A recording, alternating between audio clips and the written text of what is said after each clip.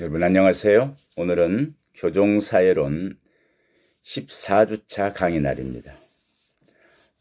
사실 15주까지가 한 학기여서 이번 주 마지막 강의를 하고 다음 주에는 기말고사를 통상 그렇게 보는 걸로 진행을 하는데 지금 코로나19 이 상황으로 기말고사를 대면 수업도 어렵고 여러분들도 시험 감독 관리하는 부분들의 문제가 있어서 지난 시간에 한번 안내를 했었는데 오늘은 여러분에게 기말고사용 리포트를 이야기를 하고 그걸 다음 주까지 저한테 보내는 걸 하는 걸로 진행을 할 거예요. 그러니까 여러분들에 대한 평가는 지난번 중간평가 리포트 그리고 기말평가용 리포트 이렇게 합산되겠죠. 이렇게 여러분들이 이해해 주셨으면 좋겠어요. 그래도 또 몇 사람만 출석 불러볼까요? 김태영, 이정한, 김보현, 유재빈, 최기원, 김수진, 나혜지, 이다윤, 허지원. 대답 잘했나요? 강민진. 그래요. 이번 시간은 이제 교종사회론이 어떤 문화를 가지고 있는지, 우리가 이 교종사회론을 공부하는 어쩌면은 왜 교종사회에 대해서 관심을 갖고 이 과목은 무슨 이야기를 하고자 하는 것인지에 대한 정리일 수도 있어요.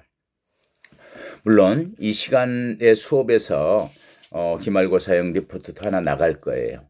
그리고 15주차 다음 주에도 강의가 있어요. 그때는 여러분들이 제출한 기말고사용 리포트에 대한 피드백과 이 과목에 전반적으로 다시 한번 설명하면서 정리하는 걸로 진행을 할 겁니다.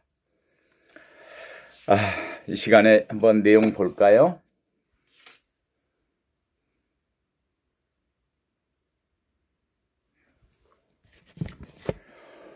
뭔가 좀 화이트보드가 빽빽한 것 같죠? 사실은 더 적어주고 싶은 내용들도 많았어요. 그런데 저만큼 적은 이유는 여러분들 기말고사용 리포트에 정리하는데 도움이 될 수 있도록 하기 위해서 제가 저기다 내용을 좀 적어둔 겁니다. 오늘 할 이야기는, 오늘 우리가 공부할 내용은 소위 교도소 사회, 교종사회라는 것은 가장 큰 핵심이 우선은 두 파트죠. 그걸 관리하는 교도관의 문화, 또 하나는 그 안에서 생활하는 재수자의 문화. 물론 교종을 구성하는 우리나라에서 또한 큰 파트가 있다면은 교종위원인들인데 그런데 이 사람들은 안에서 직접적인 관리를 안 하죠. 간접적으로 봉사활동의 개념들입니다. 교도관의 업무에 대해서 같이 하는 경우도 있고 수용자의 상담이나 어떤 복지적 접근들을 하는 사람들이죠.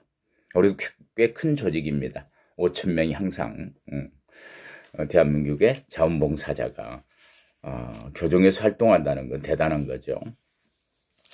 자, 우선 교도관의 세계에 대해서 이번 시간 3시간의 진행은 첫째 시간 교도관의 세계, 그리고 두 번째 시간에는 주로 수용자 사회에 대한 이야기, 그리고 마지막 시간에는 기말 평가용 리포트에 대한 설명, 이렇게 진행을 할 겁니다. 교도관의 세계는 어떨까요? 교도관의 세계. 또 교정직 공무원에 대한 관심이 많은 여러분들에게는 교도관들은 어떤 모습으로 살아갈 거야 하는 부분들에 대해서 관심이 많은 거죠. 우선 결론부터 이야기를 할까요?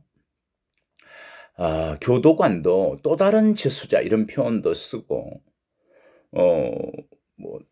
또 또 구금된 교도관, 전문적 재소자, 여러 가지 표현들을 씁니다. 왜냐하면 담안에서 보내는 시간들이 많고 함께 관리를 한다고 하지만은 일정한 어떤 공간 속에서 함께 지내기 때문에 그런 표현들을 쓰죠. 하는 일도 그렇고요. 그런데 결론적으로 이야기한다면은 그럼에도 불구하고 교도관에 특별한 부문화는 존재하지 않는다. 이렇게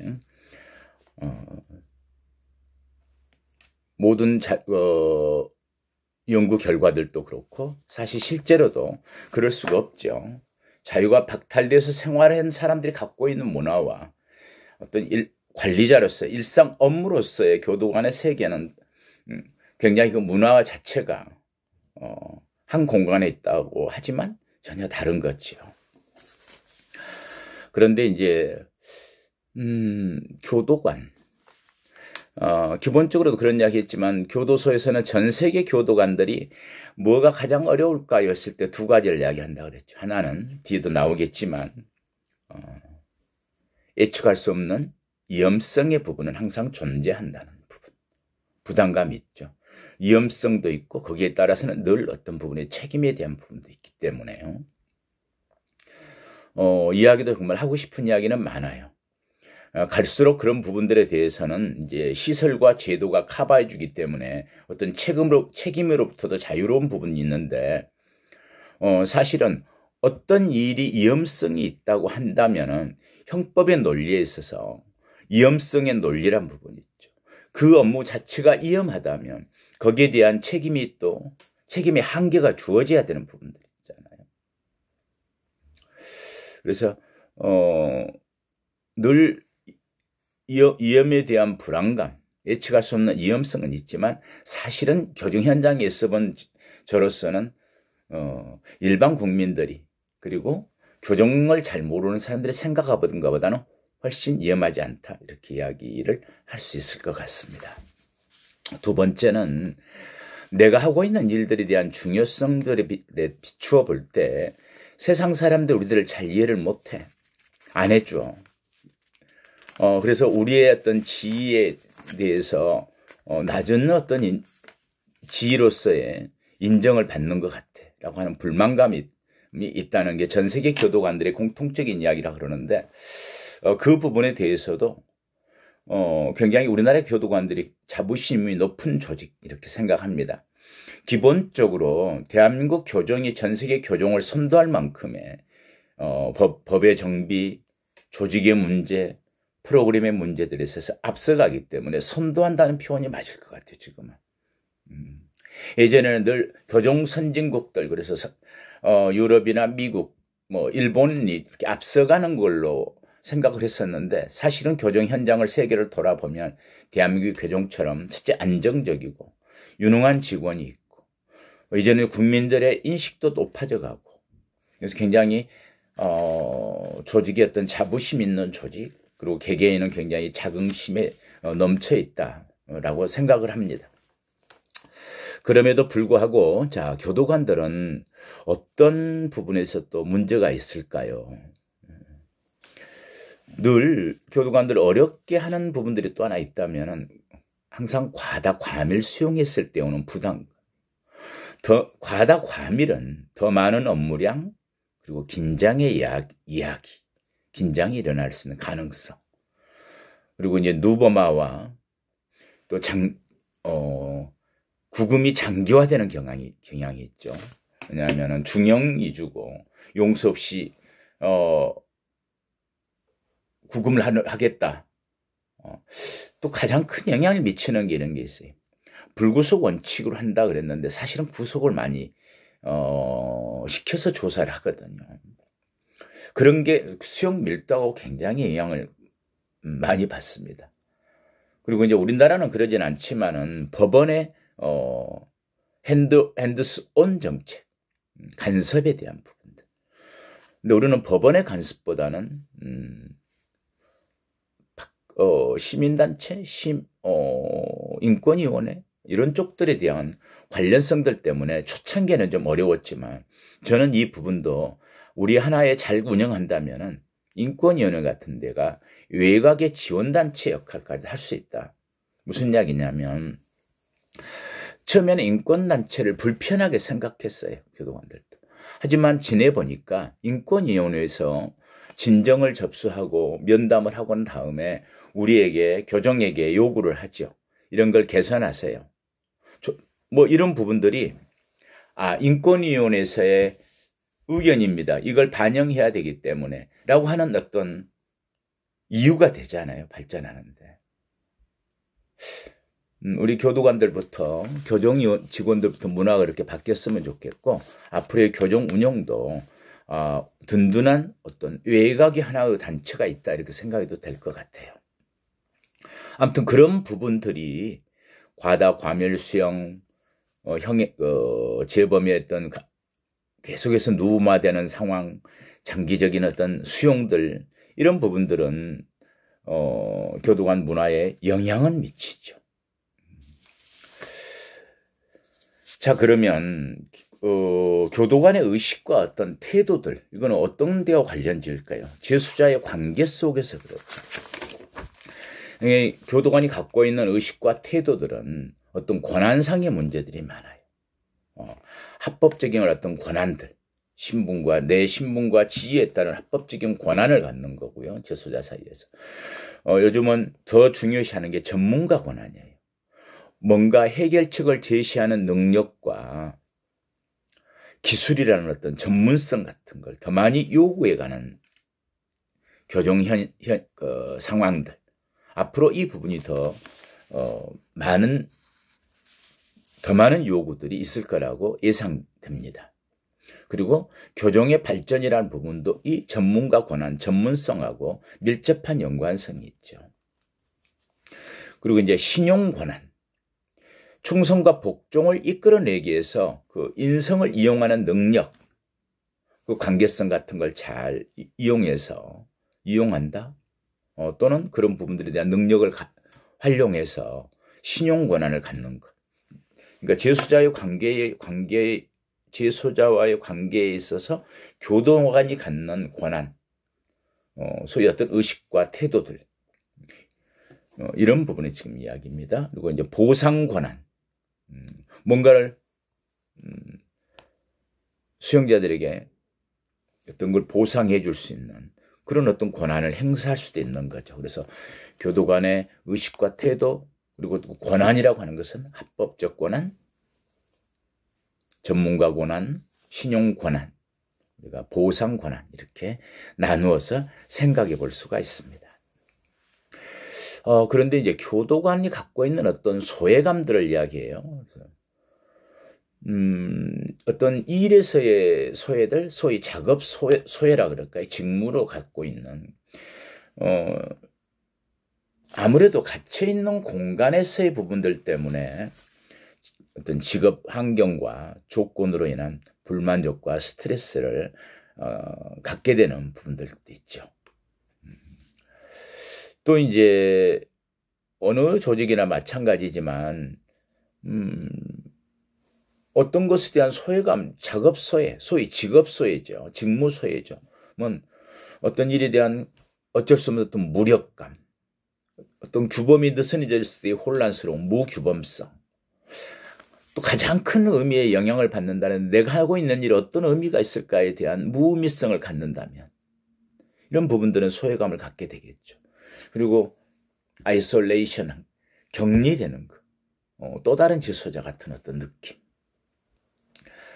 이런 부분들이 교도관의 어떤 소외감과의 영향을 많이 갖게 된다. 사실은 이제 교도관에 대한 것이 한정되거나 거기에 교도관만이 갖고 되는 그런 거 아니지만은 직업적 실증도 늘 갖는 거죠. 할 일, 예전에는 역할 과부하 때문에 그랬어요. 과부하 때문에 할 일이 너무 많다. 그리고 전야 후야 이렇게 일일 하루 근무하고 하루 쉬고는 그런 굉장히 그 업무의 과다함. 이런 부분 때문에 역할 과부하가 와서 직업적 실증이 있었던 그런 시기를 우리는 지나왔습니다. 또 관리 지원을 충분히 받지 못하고 있다. 같은 맥락이죠. 그리고 일반 사회에서 일반 대중이 자신의 노력에 그렇게 감사해야 하는 것 같지도 않다. 이런 부분들이 어떤 직업적 실정으로서의 교도관들이 가져왔던 태도들이었는데 지금은 그런 부분들이 많이 개선되고 극복되고 또 충분한 지원이 아닐지 모르겠지만은 적절한 지원들 그리고 할 일에 대한 역할 분담들 사람을 그 과도 과밀을 한 그런 수용자들을 다루는 데 있어서 법규나 제도 그리고 시설이 커버되고 그걸 효과적으로 운영한다면은 이렇게 할 일이 너무 많다는 데서도 벗어날 수 있겠다. 이건 물론 운영상의 문제이기도 합니다. 그리고 이제 교도관의 태도에 대한 어떤 조직의 영향 이런 것도 있을 수 있죠. 모든 우리가 54개 시설에 쓰면은 경비 등급들이 다 다르잖아요. 그래서 어쩔 때는 그런 표현 말도 내부적으로는 있었어요. 멀리 떨어진 곳, 업무가 더 힘든 곳 이런 곳은 어떤 인센티브를 줘야 되는 거 아닌가. 물론 일정 부분은 있습니다. 개호 수당, 그다음에 특수 근무지 수당 이런 부분들에 대해서 보상은 되지만 또 나름대로 그런 것을 구분하기도 쉽지는 않죠. 그게 충분치도 않을 수도 있고요. 하나 이야기를 한번 해볼까요? 만약에 신입 교도관들이 소외된 교도관들로 둘러싸인 중구금 교도소에서 뭔가 소외됐다고 느끼는 그런 청송 이교도소 같은 중구금 교도소에서 교도관으로서의 그들의 직업을 시작한다면 처우 프로그램이나 재수자에 대한 부정적인 태도를 발전시킬 가능성은 높죠. 태도에 있어서. 그렇죠? 항상 관리, 질서, 반사회적인 사람들, 상대들은 비사회적인 어떤 그런 태도들. 그래서 처음에 어디서 어떻게 시작하느냐, 그리고 처음에 오리엔테이션이 어떻게 되어 있느냐, 교도관들은 굉장히 중요하겠죠. 반대로 젊은 교도관일수록 보안 수준이 낮은 시설에서 재수자에 대한 봉사에 지대한 관심을 가진 고참 교도관들과 함께 처음 일을 만약에 시작한다면 굉장히 긍정적인 태도를 가질 확률이 높을 것으로 보인다. 이럴 수는 그럴 가능성은 있죠, 그죠? 중구금소에서의 하고 있는 일의 성격과 뭔가 지원하고 그 사람들을 도와주는 봉사하는 그런 쪽의 어떤 업무를 맡는 개방교도소에서의 시작과는 태도나 교도관으로서의 의식 이런 부분에도 차이가 있을 건 당연하다고 생각도 합니다.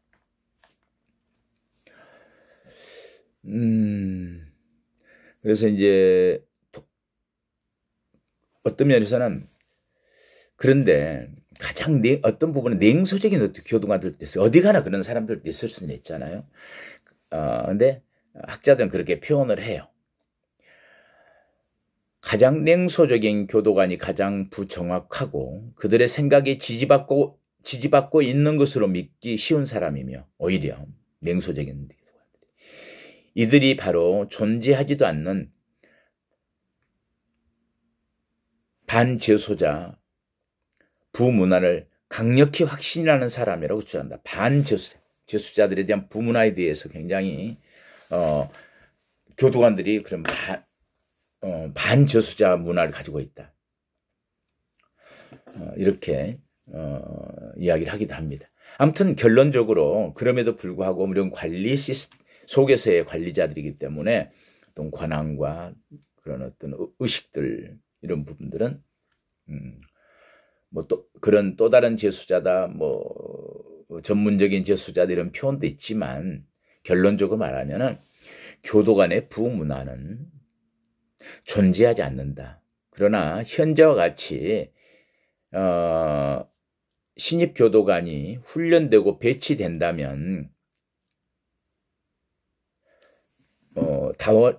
다원적인 무지 현상과 가장 냉소적이고 소외된 교도 간의 과도한 영향을 어쩌면은 지속시킬 수도 있는 부분이 있기 때문에 잘 훈련되고 교육받고 교정에 대한 이해도를 높게 시작하고 그렇다면 또 교도 간의 문화도 더 냉소적인 사람들 늘 그런 사람들하고 영향을 받지 않는다면 교도 간의 부문화 때문에 걱정할 그런 조직은 아니다 이렇게 생각합니다. 아무튼 학자들도 교도 간의 부문화는 존재하지 않는다는 것이 전 세계 교도관에 대한 그런 이해입니다. 그래도 교도관이 가장 어렵다. 만약 교도관의 공경과 그러한 어떤 대처가 있다면 아무래도 첫째는 그래도 위험성이긴 합니다. 교정시설에 있는 구성원, 그 수용자의 특성에 기인하는 거죠. 근데 항상 폭력의 가능성들, 위험성보다는 그것에 대한 예측 불가능성과 관련 지어진 문제예요. 그리고 이제 자칫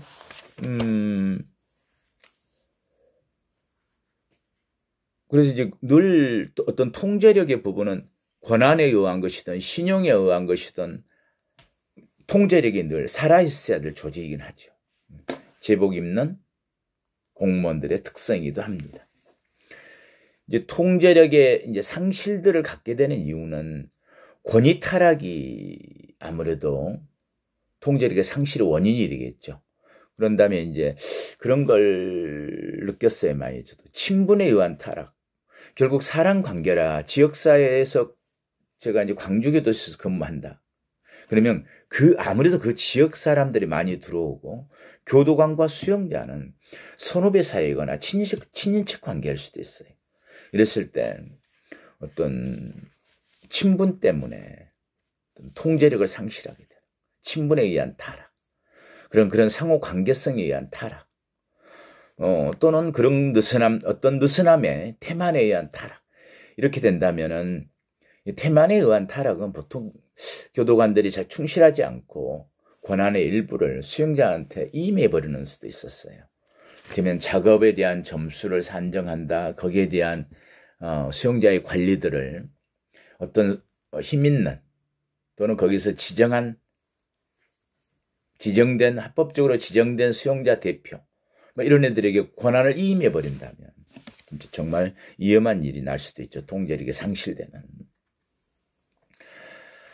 그리고 이제 우리나라는 그렇게 심하지 않지만은 이제 법원의 간섭 관련 관계 때문에 미국 같은 경우에는 이런 부분이 간섭 정책이냐 무간섭 정책이냐에 따라서 교도관의 업무에 대한 어떤 권한의 부분들, 통제력의 상실의 부분들하고도 관련이 되어지기도 합니다만 우리나라에서는 그런 부분은 아니다. 이제 아무래도 교도관들에게 저는 생각할 때 역할 갈등의 문제가 제일 큰 것 같아요. 정말 역할 갈등이 있는 조직이긴 하고 교도관의 업무가 역할 갈등 속에서 어떻게 자기를 교도관에서 정립할까 문제는 개개인의 문제이기도 해요. 생각해 보세요. 내 손은 정말 엄정할 수 있어요.